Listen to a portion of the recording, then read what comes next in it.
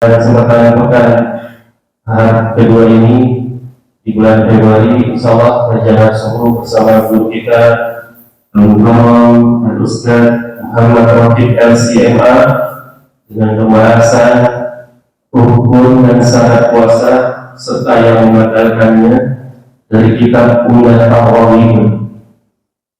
Hadirin yang dimuliakan Allah, marilah kita awali kajian subuh ini bersama-sama membaca basmalah. Bismillahirrahmanirrahim. Hadirin sekalian, mari kita simak kajian ini pada guru kami persilakan. Mari kita berdoa. Bismillah. Assalamualaikum warahmatullahi wabarakatuh. Alhamdulillah, alhamdulillah lahul ni'matu wa lahul fadlu wal husna wal hasan wa salawatullahil barrir rahim wal malaikatil muqarrabin ala sayyidil mursalin Muhammadin wa ala alihi wa sahbihi at-tayyibin at-tahirin. Allahumma la sahla illa ma ja'altahu sahla wa anta ya hayyu ya qayyum taj'alul hazna idza syi'ta sahla. Allahumma akrimna bil ikhlasi fin niyyati wal qawli wal amal. Alhamdulillah, puji syukur kita panjatkan selalu kepada Allah karena pada subuh atau pagi hari ini Allah Ta'ala masih memberikan kita kesehatan, kesempatan, kekuatan sehingga kita bisa berkumpul di masjid ini dalam keadaan sehat wa afiat. Shalawat serta salam semoga tetap tercurahkan kepada Nabi Agung Baginda Nabi Muhammad sallallahu alaihi wasallam. Sebelum kita mulai, mari tata niat kita berkumpul di sini bukan karena hal yang duniawi, namun kita berkumpul di sini karena mengharapkan ridha Allah Ta'ala semata. Juga karena kita di masjid, jangan lupa kita untuk meniatkan beriktikaf karena itu adalah anjuran baginda Nabi Muhammad sallallahu alaihi wasallam. Para jamaah sekalian yang dirahmati oleh Allah, tidak terasa kita sudah ada di bulan Sya'ban, bulan yang dikatakan oleh Nabi sallallahu alaihi wasallam banyak orang yang lupa, yaitu bulan di antara bulan Ramadan dan bulan Rajab, yaitu bulan Sya'ban. Kenapa banyak lupa? Karena mungkin orang disibukkan dengan bulan Rajab yang di situ banyak fadilahnya dan bulan Ramadan. Namun kita tentu supaya kita bisa menghadapi bulan Ramadan, maka terutama tentang berkaitan dengan puasa, maka tentu kita disuruh untuk belajar bagaimana puasa tersebut itu bisa diterima oleh Allah sesuai dengan apa yang diajarkan oleh baginda Nabi Muhammad sallallahu alaihi wasallam. Makanya dikatakan bahwasanya al-ilmu qabla al-qawli wal amal, bahwasanya sebelum kita beramal, sebelum kita bertindak, maka terlebih dahulu harus didasari dengan ilmu. Dan itu sesuai dengan sabda baginda sallallahu alaihi wasallam, man amila amalan laisa alaihi amruna fahuwa raddun. Jadi barang siapa orang yang berbuat sesuatu dan tidak seperti apa yang diajarkan oleh Nabi, maka tentu amal tersebut akan ditolak oleh Allah Subhanahu wa ta'ala. Maka supaya kita bisa menghadapi bulan Ramadan yang penuh berkah ini, penuh rahmat, maka kita persiapkan secara fisik ataupun secara ruhnya, secara ilmunya, sehingga benar-benar kita menghadapi bulan Ramadan ini benar-benar siap di dalam segala sesuatunya. Marilah kita akan memulai dengan pembacaan kitab Umdatur Raghib, yaitu tentang puasa. Kitab Syiyami, kitab menjelaskan tentang puasa.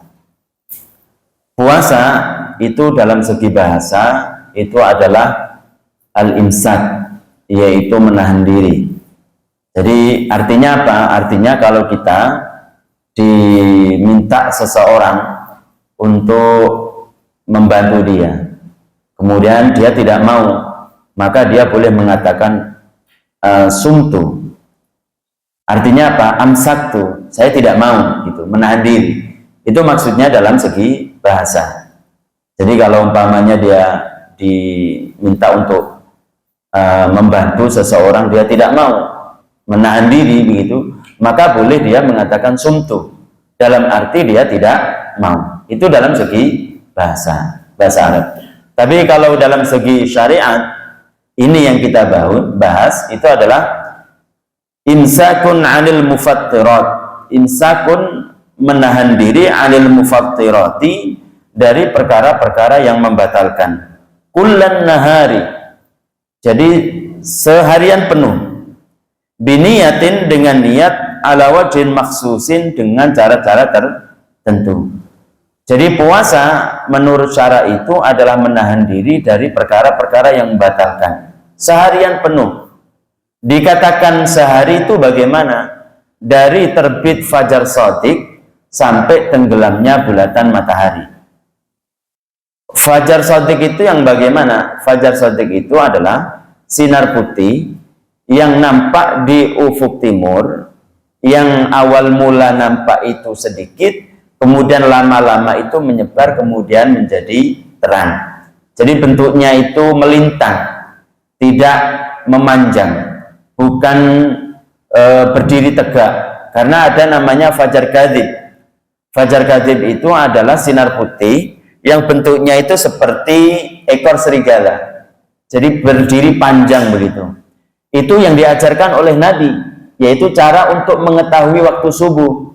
Artinya bahwasanya puasa itu dimulai dari masuknya waktu subuh, atau orang-orang dulu itu menyebutnya itu terbit fajar shadiq. Itu yang diajarkan oleh Nabi, yaitu dari terbit fajar shadiq waktu subuh sampai tenggelamnya matahari atau waktu maghrib, seharian penuh. Kemudian itu adalah puasa dalam definisi syara, dalam definisi yang kita ingin lakukan secara sesuai dengan apa yang diajarkan oleh baginda Sallallahu Alaihi Wasallam. Kemudian di sini disebutkan wajib saumu syahri Ramadan, wajib puasa Ramadan ala kulli muslimin, atas setiap orang muslim. Sebelum kita menentukan, sebelum kita menjelaskan tentang siapa saja yang wajib untuk berpuasa, maka perlu diketahui bahwasanya puasa Ramadan itu bisa diketahui hanya dengan dua cara, tidak ada yang lain. Jadi bagaimana kita mengetahui nih bulan baru termasuknya adalah bulan Ramadan? Bagaimana kita tahu bahwasanya besok adalah bulan Ramadan, besok adalah bulan Syawal? Dalam Islam itu hanya dua cara. Hanya dua cara, karena itu sesuai dengan sabda baginda Nabi Muhammad Sallallahu Alaihi Wasallam. Baginda Sallallahu Alaihi Wasallam bersabda, sumu li ru'yatihi wa aftiru li ru'yatihi. Jadi berpuasalah karena melihat bulan, dan berhari rayalah karena melihat bulan. Jadi cara yang pertama itu adalah dengan melihat bulan. Bagaimana caranya? Seorang yang adil, orang adil dalam masalah ini mana? Orangnya adalah orang muslim, orangnya adalah orang yang baligh, berakal, kemudian dia merdeka, kemudian dia adalah orang yang tidak melakukan dosa besar dan tidak selalu melakukan dosa kecil, sehingga dosa kecil itu bisa mengalahkan kebaikan-kebaikan keseluruhannya. Itu adalah orang adil. Jadi kayak seperti umpamanya kita nih, secara zahir kita adalah orang yang adil. Maka bagaimana caranya? Di tanggal 29 bulan Sya'ban, tanggal 29 bulan Sya'ban. Jadi penentuan puasa itu hakikatnya itu berdasarkan Hijriah. Di tanggal 29 Sya'ban, ini nih kalau umpamanya kita hari Ahad, tanggal 29 Sya'ban, setelah asar, maka orang yang adil, kita umpamanya, meskipun satu, itu pergi ke tempat di mana dia bisa melihat tenggelamnya matahari. pergi ke tempat di mana dia melihat tenggelamnya matahari. Bisa di bukit, bisa di tepi pantai, bisa di atas rumah. Pokoknya bisa melihat tenggelamnya matahari. Kok pada tanggal 29 bulan Sya'ban, kayak sekarang hari Ahad umpamanya, ini adalah tanggal 29 Sya'ban. Ada orang yang adil. Orang yang adil melihat bahwasanya setelah tenggelamnya bulatan matahari ada bulan baru, maka dia datang ke hakim, kemudian dia bersaksi. Apa yang ia lakukan? Dia berkata, asyhadu anni ra'aitu hilala ramadhana fi hadzal syahr fi hadhil lailah. Jadi saya bersaksi bahwasanya saya telah melihat bulan Ramadan di malam ini. Maka ketika seorang hakim, atau masa sekarang itu kan Kementerian Agama ataupun pemerintah menetapkan bahwasanya menetapkan atas kesaksian orang ini, maka hakim tersebut menetapkan bahwasanya besok adalah bulan baru. Berarti hari Senin itu adalah bulan baru atau bulan Ramadan atau bulan 1 Syawal, 1 Ramadan. Jadi besok itu adalah bulan 1 Ramadan. Itu kalau ditetapkan oleh hakim meskipun 1. Jadi boleh seorang hakim menetapkan kesaksian terjadinya Ramadan meskipun satu kesaksian. Itu hanya khusus pada bulan Ramadan. Kalau yang lain itu harus dua, yaitu seorang muslim laki-laki kemudian merdeka, kemudian dia tersebut, artinya merdeka bukan budak, dia balik, kemudian berakal, dia tidak melakukan dosa-dosa besar. Kayak seperti kita secara zahir itu memenuhi persyaratan hal itu. Jadi tanggal 29 Sya'ban dia tersebut pergi ke tempat di mana dia melihat tenggelamnya matahari. Kalau dia melihat bulan, maka dia bersaksi di hadapan hakim. Kalau hakim menerima, maka keesokan harinya ditetapkan menjadi tanggal 1 bulan Ramadan. Maka wajib bagi orang yang satu matla. Matla itu apa? Matla itu adalah orang yang ada di daerah antara tenggelam dan terbitnya matahari itu sama, mengikuti arahan dari hakim. Bagi yang beda matla, bagaimana? Bagi yang beda matla, kalau madhab Syafi'i itu tidak harus ikut. Tapi kalau menurut madhab lain, Imam Hanafi mengatakan kayak seperti Indonesia, itu kayaknya mengikuti madhab Hanafi. Dalam arti, kalau ada di Papua seseorang yang adil, itu melihat bulan, maka diumumkan keseluruhan orang Indonesia itu besoknya itu adalah bulan Ramadan, bulan 1 Ramadan, berarti wajib bagi semua orang-orang yang ada di Indonesia itu untuk puasa bulan Ramadan karena sudah ditetapkan. Jadi kalau dalam mazhab Syafi'i hakikatnya yang wajib untuk berpuasa itu hanya satu matla. Satu matla itu adalah daerah yang antara tenggelam dan terbitnya matahari itu sama. Jadi di sini dengan Bali itu udah beda matla. Udah beda terbit dan tenggelamnya matahari itu udah beda. Kemudian yang kedua itu cara yang pertama adalah dengan melihat bulan. Seorang yang adil itu pergi ke suatu tempat di mana dia bisa melihat tenggelamnya matahari. Kalau pada waktu itu bisa dilihat, kemudian dia bersaksi, diterima saksinya, maka keesokan harinya yaitu hari Senin menjadi awal dari bulan Ramadan. Bisa difahami ya? Ya. Kalau tidak bisa, kalau tidak ada seseorang pun yang bisa melihat bulan, maka itu disempurnakan menjadi 30 hari. Yaitu sesuai dengan sabda baginda sallallahu alaihi wasallam, fa in gumma alaikum, apabila tidak terlihat karena awan atau tidak ada yang melihat sama sekali, fa akmilu iddata sya'bana 30 yauman, maka sempurnakanlah puasa itu menjadi 30 hari. Artinya istiqmal. Artinya kalau hari Ahad itu tanggal 29 bulan Sya'ban, karena tidak ada seorang pun yang melihat karena beberapa faktor, maka tanggal 1 Ramadan itu adalah hari Selasa. Tanggal 1 Ramadan itu adalah hari Selasa. Seandainya ini hari Ahad itu adalah tanggal 29 bulan Sya'ban. Bisa difahami ya? Dan baginda Shallallahu Alaihi Wasallam, apakah di zaman Nabi itu tidak ada yang bisa menghitung? Banyak, Pak. Banyak yang bisa menghitung. Namun baginda Shallallahu Alaihi Wasallam dalam masalah ini bukan pakai hitungan.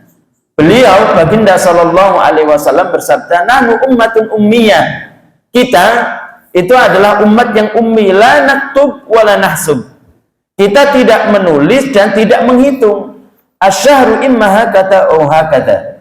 Jadi bulan itu ada kalanya hakada, yaitu 29, au hakada atau 30 hari. Jadi dalam kalender Hijriah itu bulan itu hanya 29 atau 30, nggak ada 28, nggak ada 29, nggak ada 31.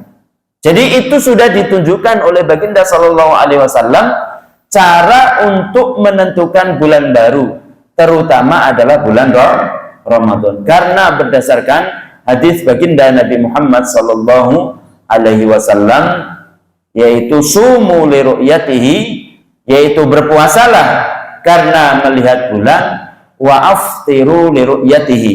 Jadi berhari layalah karena juga melihat bulan. Fa in humma alaikum, apabila tidak terlihat karena terhalang oleh awan atau hujan, fa'akmilu iddata Sya'ban, maka sempurnakanlah bilangan bulan Sya'ban 30 yauman, menjadi 30 hari. Ini hanya dua cara ini yang diajarkan oleh baginda Nabi Muhammad sallallahu alaihi wasallam. Setelah kita tahu nih, besok adalah bulan Ramadan atau lusa bulan Ramadan dengan dua cara ini, maka siapa saja yang wajib untuk berpuasa? Di sini disebutkan wajib saumu syahri Ramadan, wajib puasa Ramadan ala kulli muslimin mukallaf, atas setiap orang muslim. Wajib puasa itu atas setiap orang muslim. Artinya kalau kita nih sesama orang muslim melihat yang lain tidak berpuasa, tidak dia memenuhi persyaratan, maka wajib secara kifayah, wajib yang kalau dilakukan oleh sebagian orang yang lain tidak dosa, untuk memerintahkan dia untuk berpuasa. Lo kenapa enggak puasa? Harus begitu ketika di dunia. Ketika dia adalah orang non-muslim, maka tidak wajib bagi kita untuk mengingatkan dia untuk berpuasa, karena syaratnya harus muslim. Namun bukan berarti di akhirat nanti dia akan selamat dari siksa karena dia tidak berpuasa.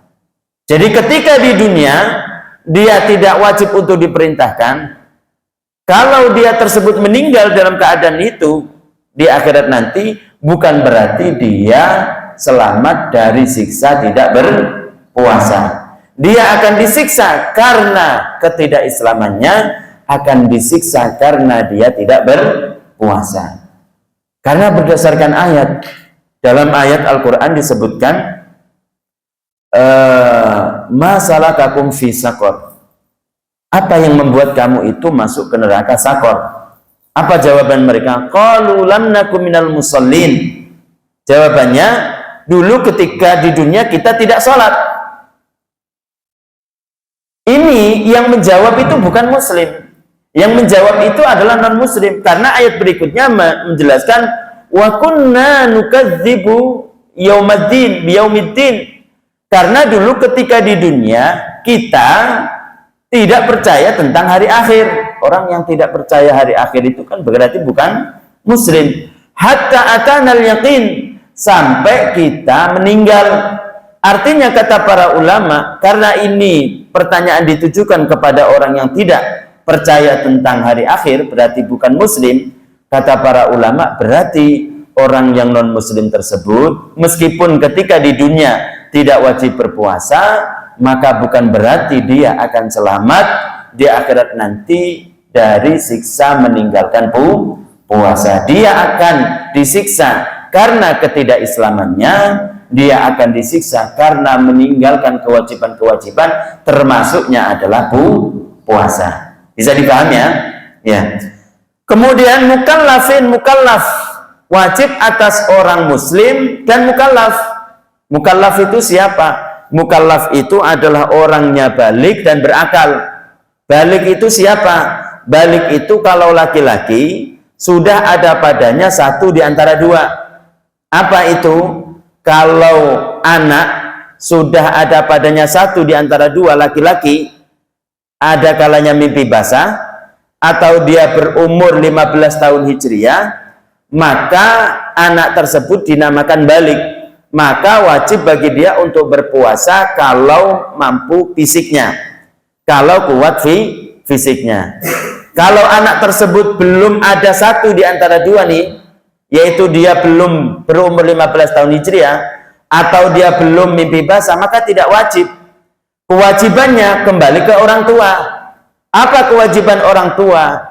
Memerintahkan kepada anaknya yang sudah berumur 7 tahun Hijriah, dan dia sudah tamiz. Tamiz itu apa?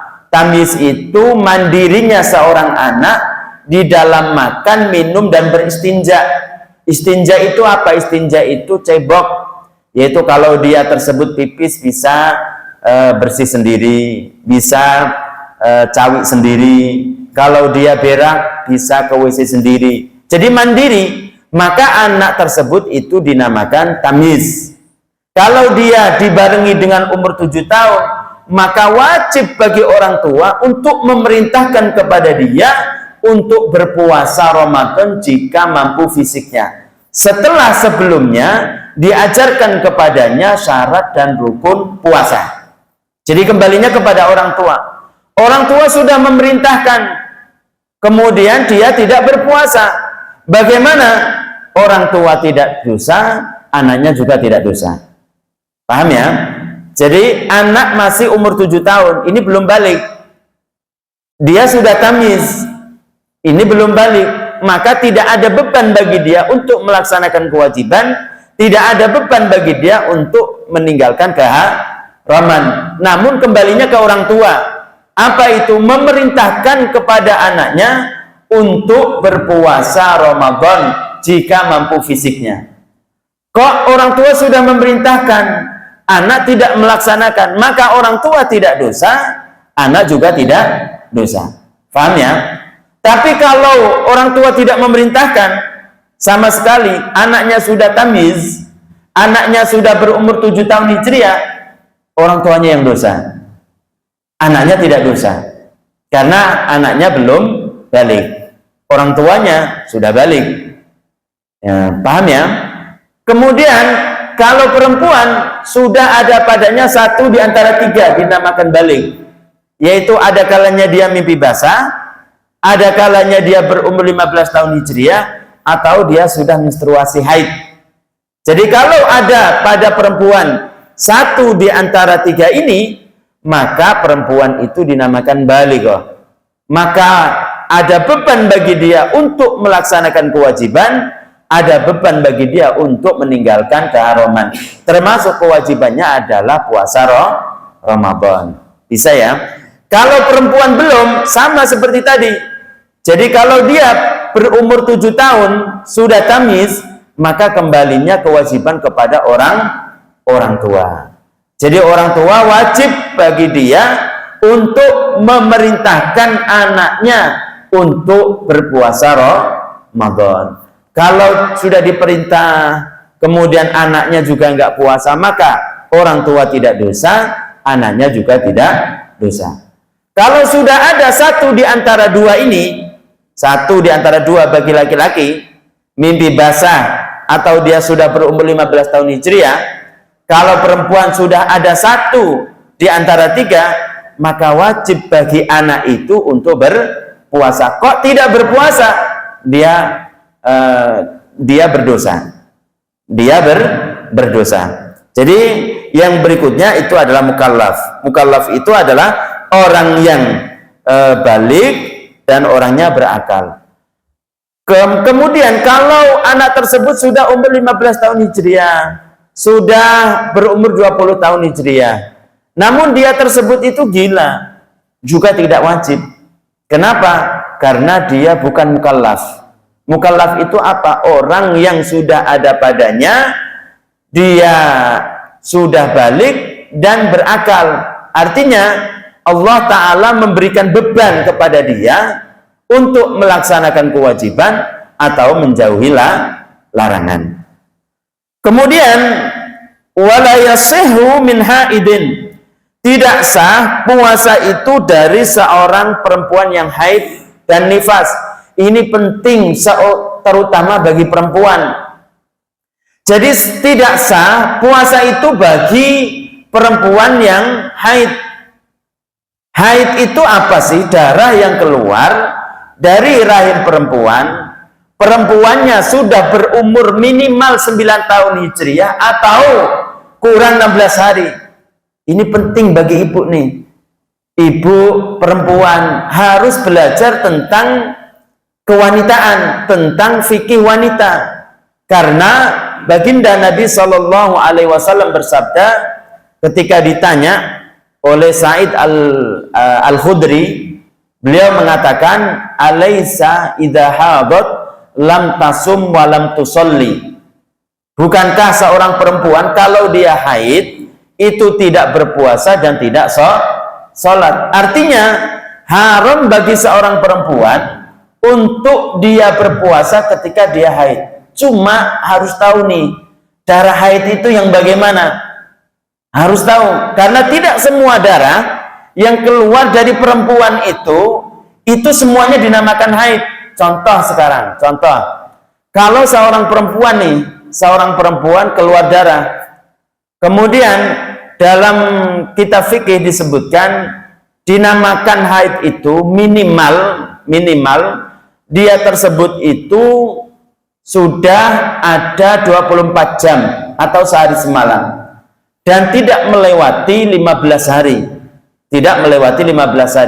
Kalau seorang perempuan dia tersebut itu keluar pada hari yang pertama 6 jam, hari kedua 6 jam, hari ketiga 6 jam, hari keempat 6 jam, maka setelah hari keempat itu sudah ada 24 jam. Maka ketika perempuan tersebut itu keluar darah di hari yang pertama nih, dia belum ada 24 jam. Apa yang ia lakukan? Meskipun keluar darah, maka belum dikatakan haid, maka dia harus menjauhi hal-hal yang dilarang oleh orang yang haid. Meskipun pada hari pertama itu belum dinamakan haid, karena belum ada 24 jam. Itu penting harus diketahui. Jadi tidak boleh bagi seorang yang keluar darah ini untuk berpuasa meskipun pada waktu itu belum dinamakan haid. Begitu juga bagi perempuan kalau dia keluar darah terus menerus sampai melewati 15 hari, masih 16 hari dia keluar darah, maka di hari ke-16 ini dipastikan itu bukan darah haid. Artinya wajib bagi seorang perempuan ketika keluar darah, meskipun keluar darah, untuk berpuasa bulan Ramadan jika bertepatan dengan bulan Ramadan. Bisa paham ya? Bulan Sya'ban 15 hari, di hari ke-16 itu keluar darah, masih keluar darah perempuan nih, keluar darah. Dan kebetulan di hari ke-16 itu tanggal 1 bulan Ramadan. Maka bagaimana perempuan? Wajib bagi dia untuk puasa Ramadan. Karena apa? Karena dipastikan itu bukan darah haid. Itu namanya darah istihadah. Paham ya? Ini harus tahu nih ibu-ibu, para perempuan. Karena ini berkaitan dengan ibadah. Makanya sekali lagi kita itu mau beribadah butuh dengan ilmu. Ilmu tersebut diajarkan oleh baginda Sallallahu Alaihi Wasallam kepada para sahabat. Aisyah itu yang sering berteman dengan baginda Sallallahu Alaihi Wasallam. Kebanyakan hukum-hukum tentang perempuan itu melalui Sayyidina Aisyah radhiyallahu anha. Makanya penting bagi perempuan tersebut untuk mengetahui hal-hal yang seperti ini. Jadi tidak sah puasa Ramadan bagi perempuan yang haid. Dan tidak wajib juga perempuan ketika keluar darah, ketika itu memungkinkan dinamakan haid, ya kan? Itu untuk makan, minum. Jadi meskipun dia tidak makan, tidak minum nih, karena keluar darah nih bagi perempuan, maka tidak wajib bagi dia untuk langsung ayo segera makan, segera minum. Enggak harus. Yang penting ketika dia tidak makan, tidak minum, keluar darah, tidak diniati puasa. Wa nufasa, tidak sah juga puasa itu bagi seseorang yang nifas. Jadi nifas itu adalah darah yang keluar dari perempuan setelah melahirkan. Jadi perinciannya hampir sama dengan masalah haid. Wa yajibu alaihimal qada, wajib bagi keduanya untuk mengqada. Perempuan yang ketika itu haid kemudian tidak boleh puasa, tidak sah puasanya, wajib bagi dia untuk mengqadanya. Makanya harus dicatat bagi perempuan. Jadi HP-nya jangan diisi dengan sesuatu yang nggak berguna saja, ngomongin tetangga atau tentang belanjaan dan lain sebagainya. Diisi juga dengan ilmu. Apa itu? Tentang kewanitaan juga penting. Dicatat. Ini saya keluarnya tanggal berapa ya? Jam berapa? Karena itu berkaitan dengan jam. Sehingga apakah darah yang keluar tersebut itu adalah dinamakan haid atau tidak. Jadi kalau perempuan itu haid, maka haram hukumnya berpuasa. Dan wajib bagi dia untuk mengqadha puasa. Yang tidak wajib itu kalau sholat. Jadi perempuan kalau keluar darah haid, maka tidak wajib bagi dia untuk sholat. Haram hukumnya dia sholat. Juga tidak wajib bagi dia untuk mengqadha. Namun kalau puasa, maka wajib bagi perempuan untuk mengqadha. Karena cuma setahun sekali puasa Ramadan. Kemudian wa yajuzul fitru li musafirin, bagi seorang musafir itu boleh untuk tidak berpuasa safar qasrin, dengan syarat safarnya, perjalanannya itu adalah perjalanan yang bisa dibuat untuk mengqasar sholat. Jadi bapak ibu kalau ingin pergi, maka kalau pergi dan perginya itu jauh, paling tidak antara batas daerah dengan batas daerah yang dituju itu ada 82 kilo. Di sini Tegal umpamanya. Bapak ibu mau pulang ke Tegal, mau pergi ke Tegal, mau berdagang ke Tegal atau Brebes, itu kan sudah lebih daripada 82 kilo. Maka bagaimana bagi dia, apakah boleh untuk tidak berpuasa? Boleh, dengan syarat dia tersebut, kalau mazhab Syafi'i ini, dengan syarat dia tersebut sudah keluar dari batas daerah sebelum terbit fajar. Batas daerah itu yang bagaimana Ustadz? Batas daerah itu sekira kalau ada rumah berhimpitan nih, rumah berhimpitan, kemudian nggak ada rumah, ke depannya 150 meter atau istilah orang dulu itu 300 hasta, ke samping kanan, kiri, belakang itu juga 300 hasta, atau kalau di meter itu 150 meter itu. Jadi kalau bapak ibu kalau masih keluar dari rumah kemudian masih menemui beberapa rumah kanan kirinya itu hakikatnya masih satu daerah, maka supaya ibu bapak boleh untuk tidak berpuasa, kalau mazhab Syafi'i itu harus keluar daerah setelah terbit fajar, sebelum terbit fajar shadiq, sebelum subuh. Kalau yang saya tahu di daerah ini, batas daerah Depok, Bogor ataupun Jakarta, itu adalah daerah Karawang. Kalau ke arah timur, jadi daerah Karawang tersebut itu kanan kirinya sudah sawah. Itu batas daerah kalau menurut kitab-kitab klasik. Bukan maksud batas daerah itu adalah selamat datang Anda sudah memasuki kota Bekasi, bukan itu. Selamat tinggal kota Bogor, bukan itu batas daerah kalau dalam kitab-kitab.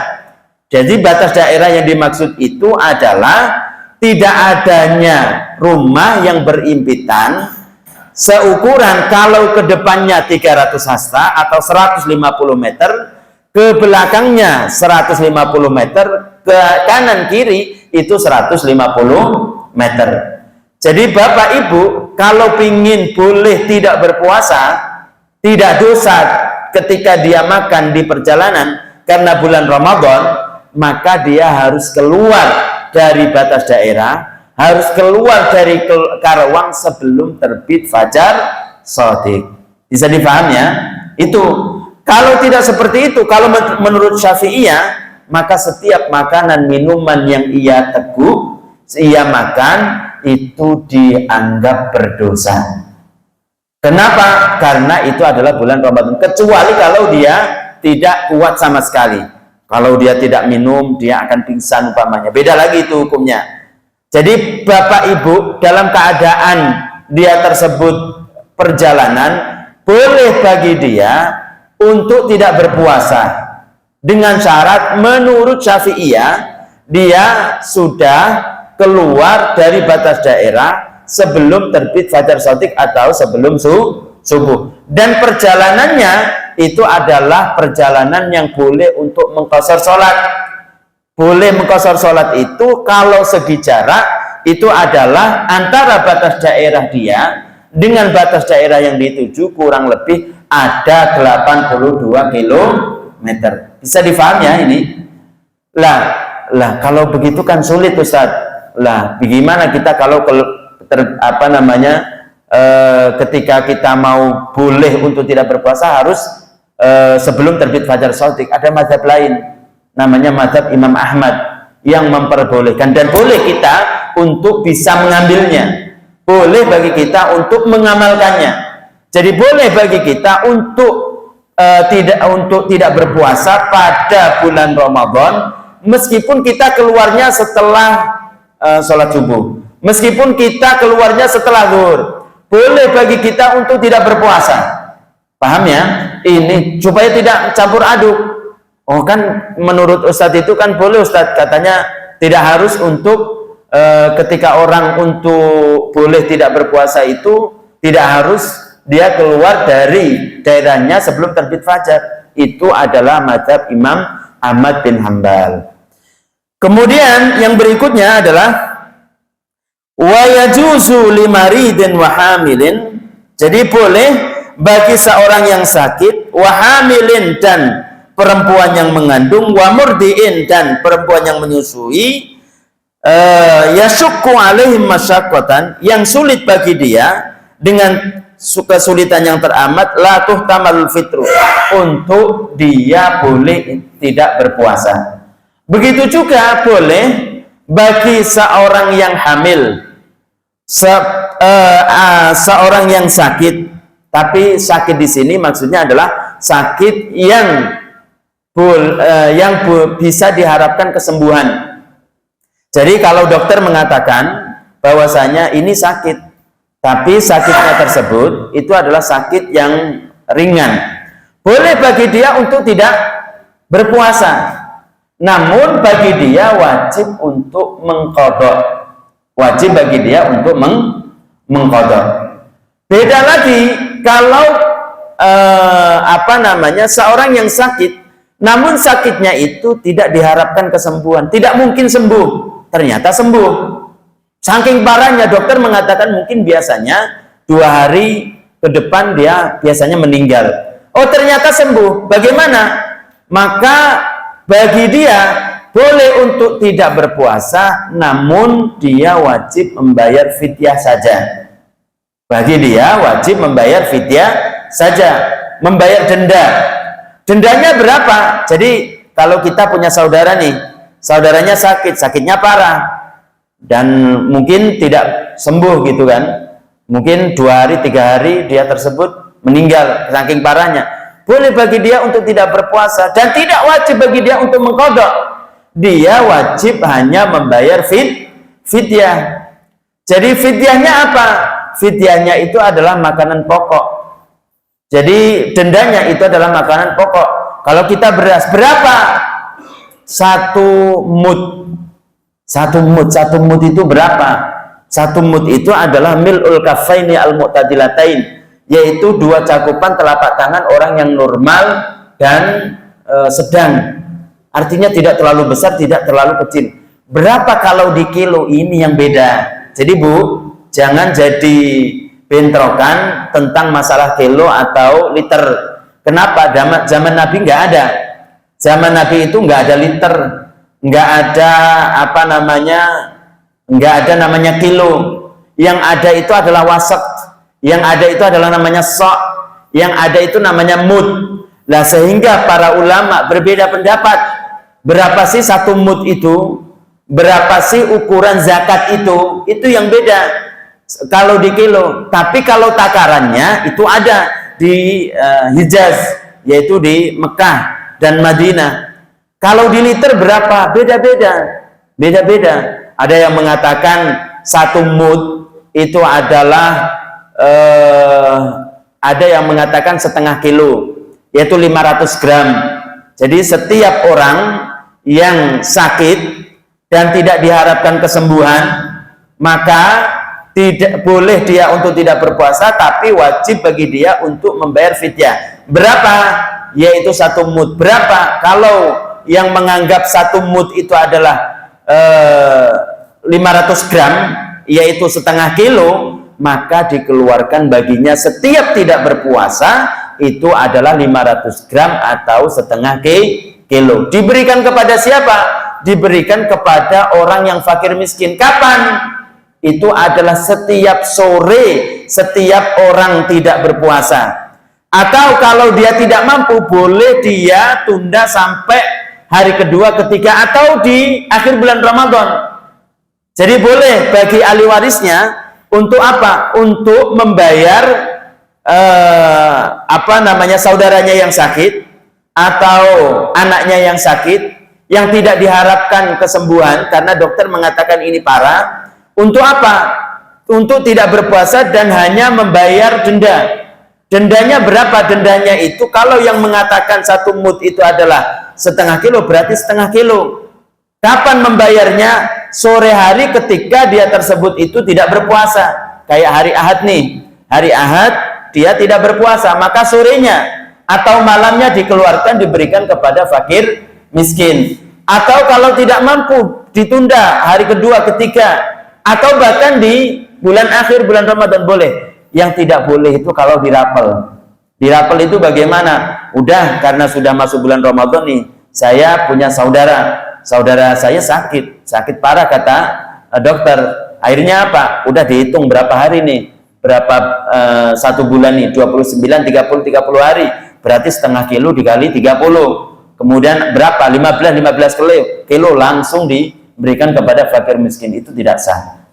Jadi sahnya itu kalau dia berikan fidyahnya itu apa? Setiap sore atau di hari kedua, ketiga untuk hari itu gitu, atau dirapel ditunda pada akhir dari bulan Ramadan. Begitu juga hal yang sama itu adalah orang tua renta. Kita punya kakek, kita punya nenek nih, kemudian apa? Kemudian dia tidak mampu untuk berpuasa, boleh bagi dia untuk tidak berpuasa. Kemudian apakah wajib qadha? Ya enggak wajib qadha, wong sudah tua, kapan dia mau mengqadha kan? Maka wajib bagi ahli waris atau dia untuk membayar fidyah. Fidyahnya apa? Sama dengan orang yang sakit, yang sakitnya itu tidak diharapkan kesembuhan tadi. Paham ya? Tinggal dikit, banyak sekali masalah hukum-hukum puasa tersebut. Kemudian juga boleh bagi perempuan yang hamil, perempuan yang menyusui untuk tidak berpuasa. Namun kalau dalam mazhab Syafi'i, perempuan yang hamil dan perempuan yang menyusui, kalau dia tidak berpuasa nih, dan tidak berpuasanya itu mengkhawatirkan anaknya. Saya kalau puasa, nanti anak saya itu kalau di kandungan jadi kurus nih. Khawatir tentang anaknya. Saya kalau puasa nanti, kalau yang menyusui neneknya, susunya akan sedikit. Itu kan mengkhawatirkan anaknya. Maka dalam mazhab Syafi'i wajib bagi dia untuk mengqadha puasa dan wajib bagi dia untuk membayar fidyah. Dua. Jadi wajib bagi seorang perempuan yang hamil, yang menyusui, kalau dia tidak berpuasa mengkhawatirkan anaknya, maka selain wajib untuk mengqadha, wajib bagi dia untuk membayar fidyah. Paham ya? Tapi kalau dia tidak berpuasa karena mengkhawatirkan dirinya, saya kalau umpamanya puasa nggak kuat, saya pingsan nih umpamanya, maka wajib bagi dia hanya mengqadha saja.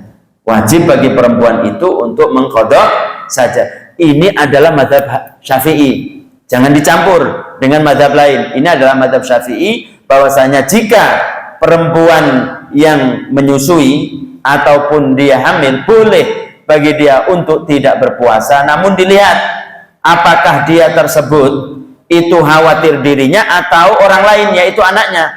Kalau khawatir anaknya, maka selain wajib untuk mengqadha, wajib membayar fidyah. Tapi kalau hanya mengkhawatirkan dirinya, maka hanya wajib mengqadha saja. Bisa dipahamnya, Bapak Ibu sekalian yang dirahmati Allah Subhanahu wa taala. Mungkin itu yang bisa disampaikan karena sudah jam 6, padahal masih banyak yang ingin kita sampaikan. Semoga bermanfaat.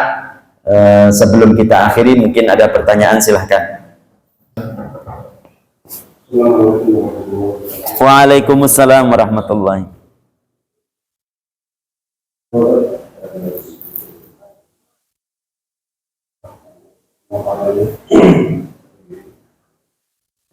Ada dua pertama soal batas jarak Iya. atau jarak yang kita boleh tidak puasa atau boleh menjamu atau mengkosor. Kalau kita mengacu kepada 4 imam mazhab itu syaratnya kan jaraknya itu sekitar 2 marhalah. Dua marhalah itu sama dengan 16 farsakh. 16 farsakh. 16 farsakh. Satu farsakh itu sekitar 5 sampai 5,5 kilo. Iya, 1 mil. Kalau disetarakan itu sekitar 80 sampai 82. Iya, seperti yang saya jelaskan. Itu dalam satu pendapat ya, Bapak, karena ada banyak pendapat. Itu yang umum begitu. Terus? Iya, yang umum gitu. Kalau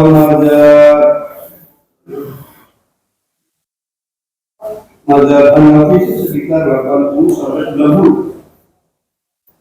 Kalau Maliki, Syafi'i, Hambali hampir sama. Iya. Jadi semuanya hampir sama. Karena penghitungannya kalau dulu itu adalah langkah. Jadi ada yang mengatakan 2 marhalah itu seukuran 6.000 langkah, kalau nggak salah 6.000 langkah gitu. Jadi itu penghitungan, kalau dulu kan nggak ada kilo. Jadi yang dihitung itu adalah langkah, sehingga berbeda-beda. Terus? Nah tadi kan kita belum tidak puasa kalau kita bepergian sebelum ada suntik ya? Jadi kita, yang saya jelaskan tadi bahwasanya kalau mazhab Syafi'i boleh untuk tidak berpuasa asalkan dia sudah meninggalkan daerah, sudah melewati batas daerah sebelum terbit fajar shadiq atau sebelum subuh. Iya. Tadi kan kita bilang kira-kira keluar dari sampai awal ya? Iya, itu batas daerah kalau memang benar-benar yang saya ketahui begitu. Kalau untuk ke arah timur, ke arah Jawa maksudnya. Itu gini, kondisi itu apakah kita dalam kondisi yang normal, ya kita boleh berpuasa itu, tapi kita sebenarnya kalau puasa itu tidak masalah. Baru sekarang kan ada kendaraan ini, nyaman. Kalau dulu zaman Rasulullah kan nggak ada, nggak ada mobil, nggak ada apa gitu. Sekarang ada kendaraan nyaman, ada AC, kita nggak mungkin capek. Dari Depok ke Karawang itu nggak mungkin capek. Kalau kita terus puasa, boleh masalah. meskipun satu bulan diperbolehkan. Iya, dengan syarat itu tadi ya. Ya. Mm. Nah, terus ini, kalau kita bepergian lebih dari itu jaraknya, katakanlah kita ke Surabaya, yang jarak Jakarta Surabaya itu sekitar berapa ya? 800-an ya. Kita kembali, tapi naik pesawat tuh. Kan nggak capek juga, nggak capek juga. Iya. Nah, karena kita sudah diperbolehkan untuk nggak puasa juga. Iya, boleh. Sebab itu kan. Karena yang dihitung jarak, Ada ilahnya itu. Kita boleh buka. yang dihitung itu jarak bukan waktu. Yang dihitung itu jarak bukan waktu. Jadi jarak apapun kalau ditempuh dengan pesawat 1 detik, 2 detik, asalkan jaraknya memenuhi boleh. Asalkan jarak memenuhi boleh. Jadi kalau umpamanya pakai jalan kaki, ya kan? Jalan kaki sini ke Surabaya 1 bulan baru nyampe. Kemudian pesawat hanya 2 detik, maka hukumnya sama. Hukumnya sama dalam arti boleh. Karena yang dihitung itu adalah jarak, bukan waktu. Lebih ke jarak. Iya, ke jarak. Bukan lebih ke jarak, memang ke jarak. Bukan. Jadi tetap jarak yang dihitung. Kemudian apa namanya? Itu diperbolehkan dalam kondisi normal, bukan kondisi tertentu dia sakit. Kondisi normal. Kalau umpamanya tidak normal mah seseorang meski nggak berlaku ini. Artinya seseorang memang nggak kuat, nggak berlaku hal-hal yang seperti ini. Jadi kata para ulama al-mahzurat tubihul mahzurat. Jadi sesuatu yang awalnya tidak boleh karena dia dalam kondisi tertentu itu diperbolehkan. Jadi bukan ini adalah kondisi normal. Kondisi dia kuat. Cuma kata para ulama, meskipun dia boleh untuk tidak berpuasa karena dia kuat, afdol, jadi yang lebih utama, lebih banyak pahalanya itu adalah tetap berpuasa. Artinya kita tetap menjelaskan tentang boleh atau tidak gitu. Tetap boleh. Jadi boleh seseorang untuk tidak berpuasa dengan syarat-syarat tertentu. Cuma kalau dia kuat, maka afdol yang lebih utama itu adalah berpuasa. Paham ya? Artinya kalau umpamanya kita bicarakan boleh dan tidak, berbicara dengan dosa dan tidak. Gitu. Tapi kan gini kan istimbat hukum itu kan harus mempertimbangkan konteks juga. Kalau zaman dulu era pertengahan, mungkin belum semakin sekarang, ya kan? Teknologi kendaraan, teknologi transportasi. Lah kalau dulu itu kalau dulu seandainya menghitung begitu, dulu kan juga ada kendaraan. Mereka nggak membedakan antara kendaraan dengan jalan kaki. Bahkan dulu yang lebih banyak itu jalan kaki. Yang sama saja. Jadi dulu itu antara jalan kaki dengan naik kendaraan sama. Kendaraannya dulu hayawan. Antara jalan kaki dengan hayawan, kalau konteksnya itu adalah menghitung antara waktu, mestinya ada perbedaan, tapi nggak ada. Iya nggak? Iya. Tapi nggak boleh dinamis ya. Iya, maksudnya untuk yang ini itu adalah bukan menghitung waktu, tapi menghitung jarak. Itu. Iya, jadi ini kalau kita mengacu ke putusan itu enak banget. Kenapa? Kalau kita sudah menempuh jarak sekian, kita boleh nggak puasa. Iya. Nggak dosa. Enggak dosa. Mungkin kita nggak sakit. Iya. Iya benar. Pilihan. Jadi itu adalah rukhsah yang diperbolehkan. Rukhsah. Iya, keringanan. Kalau kemudian banyak orang menggunakan ini, Ya enggak masalah. Semuanya enggak masalah. Semuanya tanpa berpuasa, semuanya pergi, kemudian enggak masalah.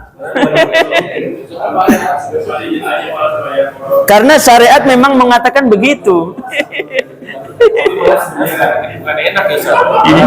Malah rugi. Kalau menurut saya kalau menurut saya rugi. Kenapa? Karena dia harus mengqadha tetap. Iya. Maksudnya kita jelaskan tentang boleh dan tidaknya gitu. Berdosa apa tidak kalau dia tidak berpuasa pada waktu itu? Enggak. Tapi dia tetap wajib mengqadha. Jadi jangan berpikiran tidak wajib mengqadha ya. Tetap wajib mengqadha. Malah rugi dia. Wajib mengkodok. Mungkin nggak terpikir ya, tidak wajib mengkodok. Ya, maksudnya gini, kalau begitu Imam Islam banyak tua semua ya. Ketika dibuka itu ada makan warung, restoran itu ini kalau semua dengan Ya kan harus jaraknya begitu 80. Dia masa pingin makan aja harus ke Tegal, malah rugi dia nanti. Ditempuh dengan mobil harus jalan setengah. Kemana? Keterangan kan? Lah, enggak, gini, sebentar, bukan begitu. Jadi yang saya jelaskan, batas daerah dengan batas daerah yang dituju. Batas daerah kita, batas daerahnya yang saya tahu itu Karawang. Artinya antara batas daerah yaitu Karawang dengan daerah yang dituju mana nih? Itu harus ada 82 kilo. Harus ada 80. Bukan rumah kita dengan batas daerah, bukan. Jangan salah paham. Bukan rumah kita dengan batas daerah, bukan itu. Jadi yang dimaksud yang boleh jamak qashar dan boleh juga untuk kita tidak berpuasa, batas daerah kita dengan batas daerah yang dituju. Bukan rumah kita dengan batas daerah, bukan. Paham ya? Hah? Enggak itu bukan itu, bukan. Jadi intinya bahwasanya bukan muter-muter, karena itu tidak dihitung. Jadi kalau dalam bahasa klasik itu zahaban wa iyaban. Ya, udah paham ya? Jadi bukan rumah dengan batas daerah ya, tapi batas daerah kita dengan batas daerah yang dituju. Yang pertama, yang kedua tentang tadi yang ibu-ibu menyusui dan hamil ya. Tadi kan dibilang kalau ibu-ibu mengkhawatirkan bayi yang tidak sehat, baru puasa diambil itu, dia harus mengkodok dan fidyah. Kalau dia mengkhawatirkan anaknya. Kalau mengkhawatirkan kesehatan dia sendiri, dia harus mengkodok ya. Tapi ada beberapa gitu. Ini Syafi'i ya. Saya bilang Syafi'i tadi. Saya lingkari karena memang enggak, maksudnya kita kan enggak ingin nyampur. Kita jelaskan nanti apakah ada pendapat lain yang mengatakan dia tersebut itu tidak wajib membayar fidyah, hanya mengkodok saja. Itu beda lagi nanti. Tapi yang saya jelaskan itu adalah mazhab Syafi'i karena memang itu adalah mazhab mayoritas orang-orang Indonesia, supaya tahu. Cuma apakah boleh kita mengikuti mazhab lain? Ya beda lagi itu.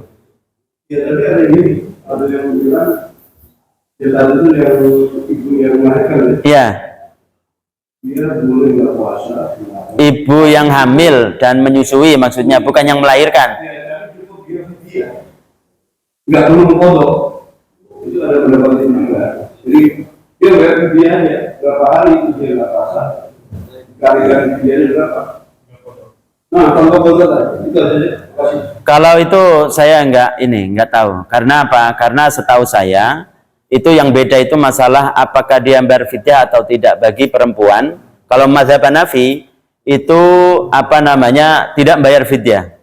Meskipun jadi kalau mazhab Syafi'i supaya tahu ya, bahwasanya perempuan itu klasifikasinya seperti yang saya sebutkan tadi. Bahwasanya seseorang yang hamil, seseorang yang menyusui, boleh bagi dia untuk tidak berpuasa, hanya saja dilihat apakah dia ketika tidak berpuasa itu khawatir tentang dirinya atau anaknya. Kalau menurut Syafi'iyah, kalau dia khawatir tentang anaknya, maka selain wajib qadha, wajib juga membayar fidyah. Tapi kalau mazhab Hanafi hanya bayar qadha saja, tanpa fidyah. Kalau mazhab Hanafi begitu, mazhab Hanafi. Kemudian kalau dalam mazhab Syafi'i juga di situ disebutkan bahwasanya kecuali karena uzur. Kecuali karena uzur. Artinya kalau perempuan tersebut itu memang kondisinya nggak memungkinkan begitu kan? Memungkinkan untuk dia tersebut itu berpuasa, itu nggak dilihat-lihat apakah dia tersebut itu khawatir pada anaknya atau tidak. Tetap dia itu hanya wajib untuk membayar qadha saja, gitu. Jadi gitu. Jadi kalau mazhab Hanafi itu dalam kondisi apapun hanya wajib qadha. entah itu mengkhawatirkan dirinya ataupun mengkhawatirkan anaknya, itu hanya wajib qadha gitu. Itu mazhab Hanafi begitu. Setahu dua hanya dua. Tapi nanti saya lihat di buku namanya kitab saya namanya Bughyatut Thalib. Itu ada penjelasan seperti itu. Apakah ada yang namanya hukum sosial itu banyak pendapat seperti itu, dan boleh bagi kita untuk mengambilnya. Yang penting dari mana nih, dan benar nggak ini adalah mazhab ini yang mengatakannya. Itu harus memang kredibel.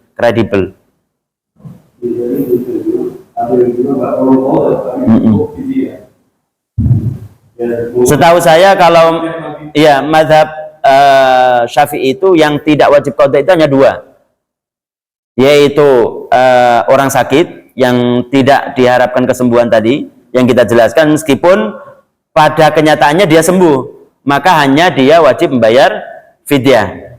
Yang kedua itu adalah orang yang tua renta. Orang yang tua renta itu hanya wajib membayar fidyah. Tidak wajib qadha. Ya. Ya, ada lagi? Mau nanya tentang penentuan tanggal, Ustaz. Iya. Kan sekarang teknologi sudah maju ya, tanggal 1. Nah, kita kan selalu tanggal 1 Ramadan maupun Syawal itu kan selalu ribut kayak Eropa gitu. Sedangkan di tanggal-tanggal lain enggak, jadi itu gimana, Mas? Bulan lainnya enggak pernah diikuti itu. Padahal nanti di bulan lain saya punya tanggal. Padahal sama itu, Pak. Nanti kembali lagi ya. Padahal sama. Jadi penentuan bulan Hijriah itu dalam Islam hanya dua. Yaitu tadi yang kita jelaskan, dengan melihat bulan atau menyempurnakan bulan itu menjadi 30 hari. Hanya itu yang diajarkan oleh Nabi. Sedangkan yang lain, kalau secara menghitung karena mereka memahami teks hadis, itu menurut saya keliru. Karena dalam hadis lain diriwayatkan oleh Ibnu Majah atau At-Tabari mengatakan, fa in gumma alaikum faqdurulah. Jadi kalau kalian tidak bisa melihat bulan, maka faqdurulah. Ikduru itu sebagian orang yang beranggapan dengan menghitung itu adalah menghitunglah. Itu diartikan menghitung. Faqdurulah. Paham ya? Uqdurulah. Jadi memang ada menghisaplah begitu. Padahal kaidah kita mengatakan antara satu hadis dengan hadis itu saling menafsiri. Jadi kalau di sini menjelaskan ini, maka bisa ditafsiri dengan hadis lain. Makanya kata para ulama yang mengatakan bahwasanya tidak bisa dengan menghitung itu dengan memakai hadis yang diriwayatkan oleh Imam Bukhari yang mengatakan yang dimaksud faqdurulah, menghitunglah, bukan artinya menghitung, tapi fa'akmilu iddata Sya'ban, sempurnakan bilangan tersebut itu menjadi 30 hari. Jadi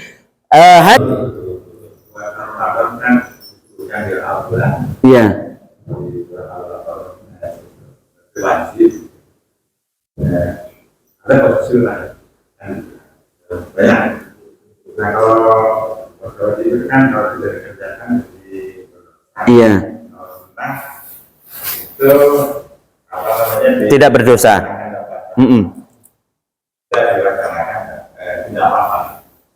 Ini kan mengenai wanita yang hamil, itu wajib kalau dia itu berdasarkan hadis sunnah gitu ya. Berdasarkan hadis bukan sunnah. Hadis itu ada kalanya wajib, ada kalanya sunnah. Kalau kita tahu itu sunnah itu dilakukan tidak berdosa. Untuk puasanya yang itu wajib dipakai itu karena ada hadis dari Aisyah. Iya, Aisyah. Kan sunnah itu. Bukan begitu. Jadi bukan karena dia dalilnya ada di hadis itu menjadi sunnah, bukan begitu. Jadi sunnah itu supaya tahu ya, sunnah itu kalau dulu artinya itu adalah hukum dan keyakinan-keyakinan. Paham nggak? Kalau dulu sunnah, kalau kata-kata sunnah itu dulu itu adalah artinya hukum dan keyakinan-keyakinan. Kalau sekarang versi sekarang itu adalah sunnah itu adalah ma yuthabu fa'iluhu, gitu kan. Orang yang kalau mengerjakannya, ya kan, mengerjakannya itu adalah mendapatkan pahala, itu adalah sunnah. Kalau dia tersebut meninggalkannya tidak mendapatkan dosa. Itu adalah sunnah. Itu bukan yang dimaksud adalah ini sunnah. Kalau dalilnya dari sunnah, yaitu hadis, menjadi sunnah, bukan begitu. Jadi sunnah itu nama bagi hadis, bukan hukum, gitu. Bukan hukum. Jadi bukan beranggapan kalau dalilnya itu berdasarkan sunnah berarti hukumnya sunnah, bukan gitu. Jadi kadang juga kalau dalilnya itu dari hadis, yaitu dari sunnah Nabi, itu juga kadang wajib, gitu. Bukan artinya dalilnya dari sunnah menjadi sunnah, dalilnya dari hadis menjadi sunnah, bukan begitu. Paham nggak, Pak? Jadi mungkin Bapak beranggapan bahwasanya, lah itu kan dari sunnah itu. Sunnah itu dari hadis maksudnya. Oh berarti hukumnya sunnah gitu. Bukan itu. Paham nggak Bapak yang lain? Paham ya? Jadi tetap orang orang yang haid berdasarkan hadis atau berdasarkan sunnah gitu kan, itu bukan berarti sunnah dia harus melakukan. Jadi tetap dia wajib untuk tidak berpuasa. Bagi dia untuk berpuasa. Ya. Alhamdulillahirabbil alamin hamdan yuwafi ni'amahu wa yukafi'u mazidah. Ya Rabbana lakal hamdu kama yanbaghi li jalali wa 'azimi sultanik. Allahumma shalli ala Muhammad wa sallim.